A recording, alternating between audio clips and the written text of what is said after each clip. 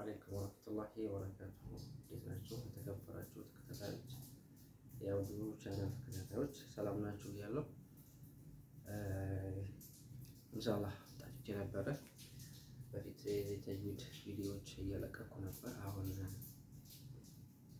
በመሃል ስላቆምኩ ይቅርታ ያው ተመልሼ እከታለሁ ማለት ነው ኢንሻአላህ እስቲ ትንሽ ነገር ነው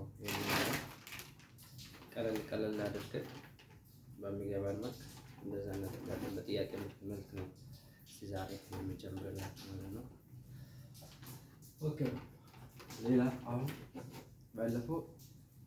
ባለፈው ስለማር احكام النون الساكنه ተምረን ነበር احكام النون الساكنه አራት እንደሆኑ እናውቃለን ስለሚም ሳኪና ተምረናል ስለ ኑንና ኑን ሳኪና ኑን ሙሸደደ ተምረናል ከዚህ አሁን ከነዛ ከተማርነው ጥያቄ በጥያቄ መልስ ነው የሚያቀርበው ማለት ነው ኢንሻአላህ ጀዛኩሙላህ ኸይራን በጥያቄ መልስ በደንብ ተከታተሉን ለምሳሌ አንደኛው ጥያቄ ምን ይላል በጥያቄ መልስ ስንጀምር ማለት ነው اقلاب النون الساكنه اقلاب النون الساكنه ميما ምንድነው اخفاء الشفوي ነው ብለው تككل كهونه صح تلالاچو تككل ካልሆነ ደግሞ خطا تلالاچو ማለት ነው اقلاب النون الساكنه ميما نون الساكنه ወደ ሚም መቀየር መገልበጥ ምንድነው የሚሆነው ምን ይሆናል اخفاء الشفوي ነው የሚሆነው لا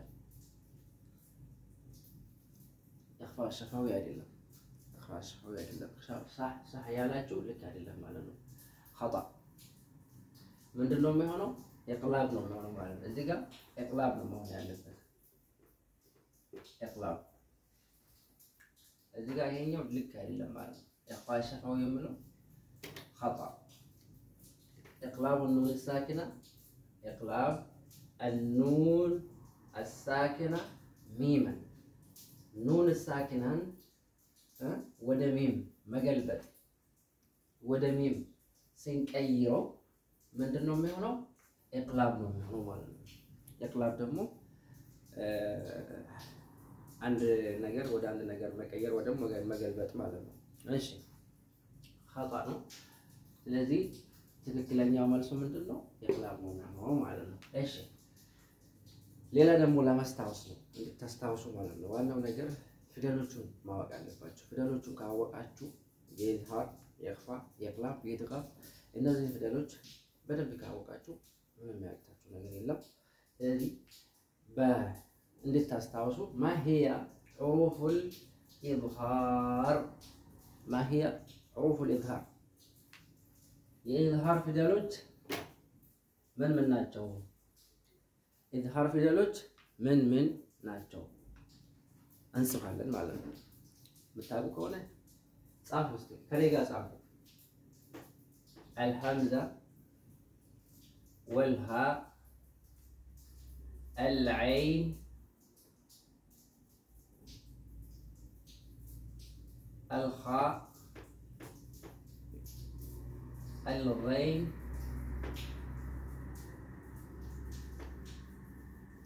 الغين الحاء سنتنا عند 2 3 4 5 6 ማለት ነው الحمزه والهاء والعين والخاء الغين الحاء እነዚህ ስድስት ፊደላቶች ናቸው ማለት ነው የኢዝሃር ፊደላቶች ስለዚህ እንድታስታውሱ ነው ዛሬ ለማስታወስ ያለው ተከታተሉኝ ኢንሻአላህ ሁሌ በጥያቄ መልስ ለቅላችኋለሁ በደንብ ተከታተሉ ለሌሎችም ላይክ ሼር እያደረጋችሁ ኢንሻአላህ እንትመሩ ማለት ነው እሺ ስለዚህ የኢዝሃር ፊደሎች ስድስት ናቸው ማለት ነው ኦኬ አሁን ወደ ሶስተኛ እንሄዳለን ወደ ሶስተኛ لدى حرف النون والميم مخرجان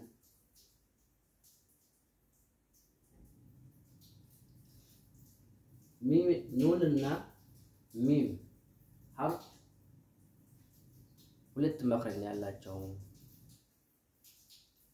صح او خطأ ኑንና ሚም ሁለት መክረጃ አላቸው ይላል። መክረጃቸው አንድ አይደለም። መክረጃቸው አንድ አይደለም። ከአንድ ቦታ አይደለም የሚመጡት። النون من طرف اللسان نون من طرف اللسان والميم من بين الشفتين كولت كنفروች መሃል ነው የምትወጣው ማለት ነው። ሚም ከከንፈር መሃል ነው የምትወጣው።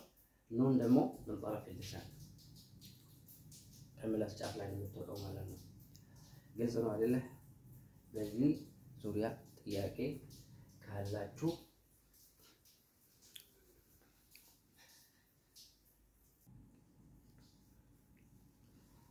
ኦኬ። ሌላ ጥያቄ ደግሞ በጥያቄ መልክ ላውጣላችሁ። መታዕን ለኩም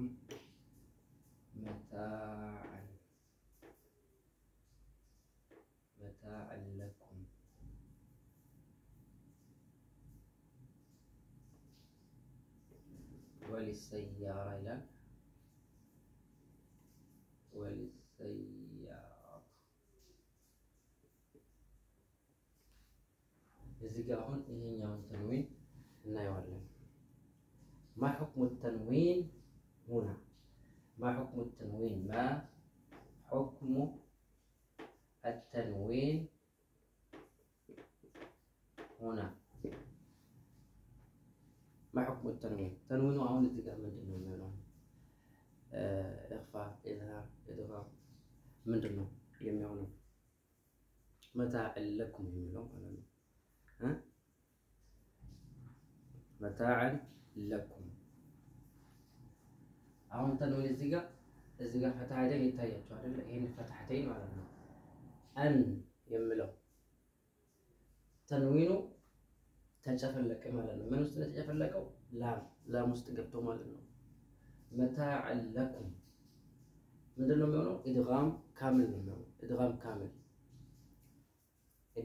منه إدغام هنا مالنا تجفلك مالنا تنوينه تجفلك من دون منه حكمه إدغام منه مالنا ما حكم التنوين هنا يعلو إدغام كامل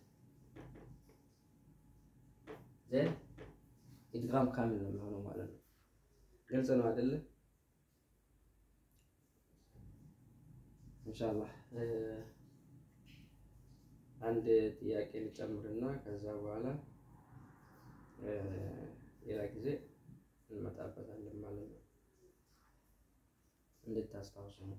እሺ ሌላ ደግሞ ስለ መዱ ስላ صغير መዱ ስላ ከቢር ይሄንንም ታውቃላችሁ እገምታለሁ። ማታውቁም ከሆነ አዳምጡ በደንብ። መዱ ስላ ማለት ሃኡል ኪናያ ወይም ደግሞ ሃኡ ضمير እችኛው ሀ ማለት ነው።